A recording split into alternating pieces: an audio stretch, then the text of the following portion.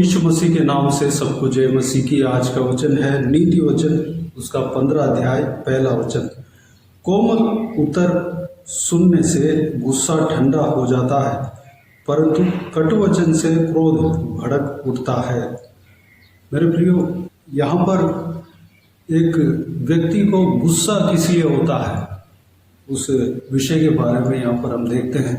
अगर हमारे अंदर गुस्सा होता है तो सामने वाले का बातचीत ठीक नहीं रहता, या तो सामने वाला अगर गुस्सा होता है तो हमारा बातचीत ठीक नहीं रहता, तभी वह उनके गुस्सा भड़क उठता है।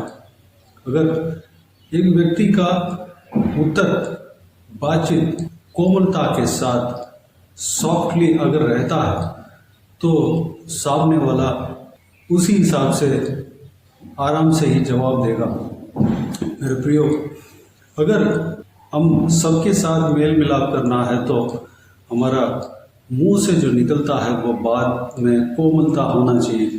कोमलता अगर हमारे अंदर हो, हमारे मुंह से जो निकलता है उस बात में हो, तो सामने वालों का गुस्सा हम नहीं दिलाएंगे, हम कोई भी प्रॉब्लम को सॉल्व कर सकते हैं।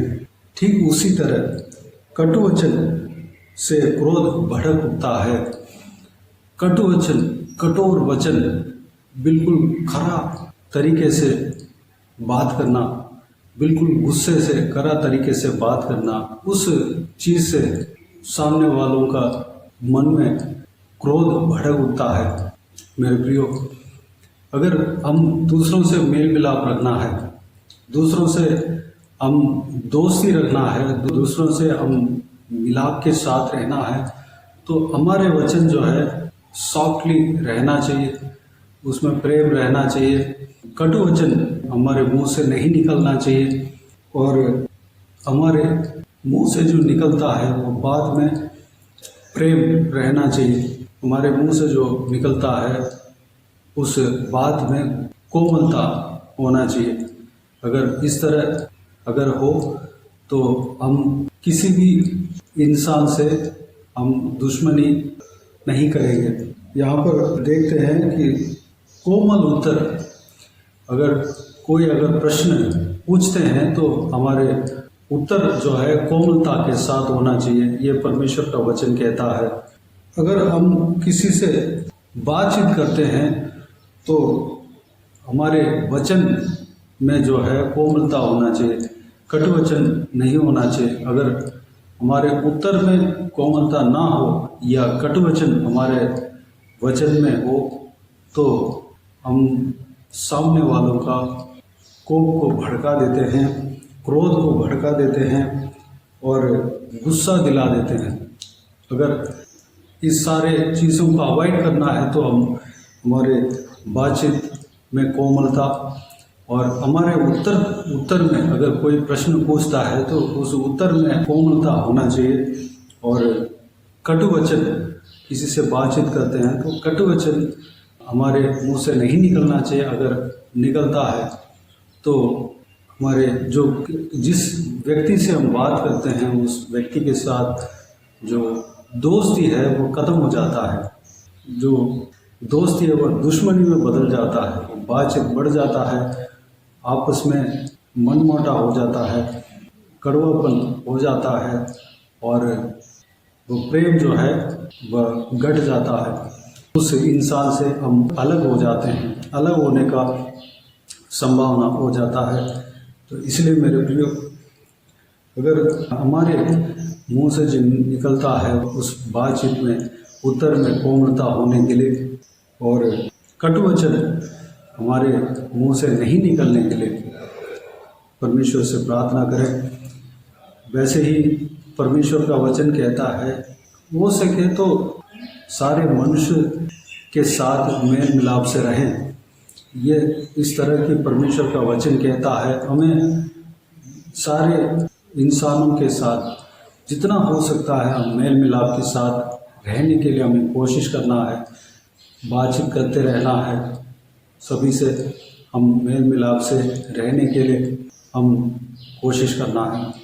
सारी बातों के लिए अपने आप को परमेश्वर के हाथों में समर्पित करें। आइए प्रार्थना में जाएं।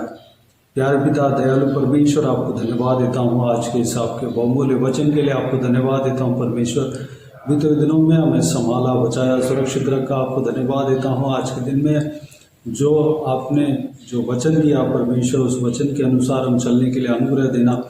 हमें कोई भी उत्तर, कोई भी प्रश्न पूछते हैं, कोई भी इंसान कोई भी प्रश्न पूछते हैं, उसका उत्तर हम देते समय परमेश्वर वो संभाल के देने पाए परमेश्वर। अगर क्रोध के साथ अगर उत्तर देते हैं, कटु वचन हमारे मुंह से निकलता है तो परमेश्वर वहाँ पर क्रोध भड़क उठता है।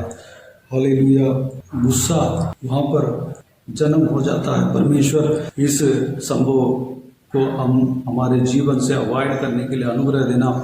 हम हमारे उत्तर कोमलता के साथ देने के लिए अनुग्रह देना परमेश्वर। पिता हमारे वचन कटु वचन नहीं रहने पाए, पिता कोमलता के साथ रहने पाए। जैसे आपने इस धरती में जीते समय आपने उत्तर दिया, आपने बातचीत किया, दूसरों से बातचीत किया परमेश्वर, उस तरीके से हम बातचीत करने के लिए अनुग्रह देना। हमारे उत्तर में कोमलता होने पाए, हमारे वचन में कोमलता होने पाए परमेश्वर, कटु वचन हमारे मुंह से नहीं निकलने पाए, अनुग्रह देना। पिता हमें बनाना परमेश्वर, आपके पीछे चलने के लिए, आपकी तरह हम बनने के लिए अनुग्रह देना परमेश्वर। हमारे अंदर प्रेम रहने पाए परमेश्वर, दूसरों का गुस्सा दिलाने वाले कार्य हम नहीं करने पाए, अनुग्रह देना। बाकी सारी बातों को आपके हाथ में सौंपते हैं परमेश्वर। हम इस वचन के अनुसार चलने के लिए अपने आप को आपके हाथ में सौंपते हैं परमेश्वर। जो कोई भी जन इस वीडियो को देख रहे हैं उन सभी का जीवन में इसी तरह कार्य करना पिता। सब लोग परमेश्वर हालेलुया शांति के साथ, कोमलता के साथ उत्तर देने पाए, अनुग्रह देना पिता। बाकी सारे बातों को आपके हाथों में सौंपते हैं। इस वीडियो को देखने वाले हर एक जनों को आशीष देना पिता। किसी को भी कोई भी कमी कमी ना होने देना, भरपूर आशीष देना। कोई भी जन बीमार हो आपके हाथों में सौंपते हैं, उन्हें छूना, चंगा करना प्रभु यीशु मसीह के नाम से चंगा होने पाए। अगर किसी को दुख हो, तकलीफ हो, सारा दुख तकलीफ को दूर करना, परेशानी को दूर करना, आंसू को पहुँचना। जिनको जो कुछ भी प्रार्थना का विषय है, सारा प्रार्थना का विषय का उत्तर देना परमेश्वर।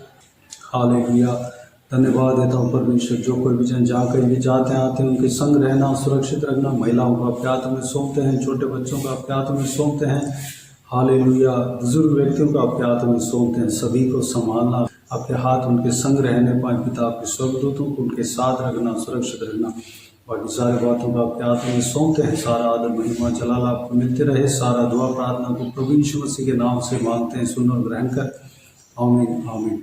प्रभु यीशु मसीह के नाम से प्रभु यीशु मसीह का आशीष और अनुग्रह हम सभी के ऊपर बने रहे। आमीन आमीन। मेरे प्रिय इस चैनल को सब्सक्राइब करें और शेयर करें। अगर किसी को भी प्रार्थना का विषय हो तो डिस्क्रिप्शन में दिए हुए नंबर पर कॉल करके प्रार्थना करा सकते हैं। हम आपके लिए प्रार्थना करेंगे। आप अपने व्यक्तिगत प्रार्थना में हमारे लिए प्रार्थना कीजिए।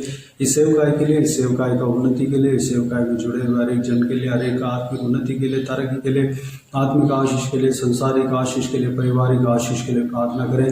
प्रभु यीशु आप सबको आशीष दे। इस सेवकाई के द्वारा परमेश्वर आपके जीवन में कार्य किया हो वो भी हमें बता सकते हैं, ताकि हम सब मिलकर परमेश्वर को धन्यवाद दे सके, महिमा कर सके। प्रभु यीशु आप सबको आशीष दे। आमीन आमीन।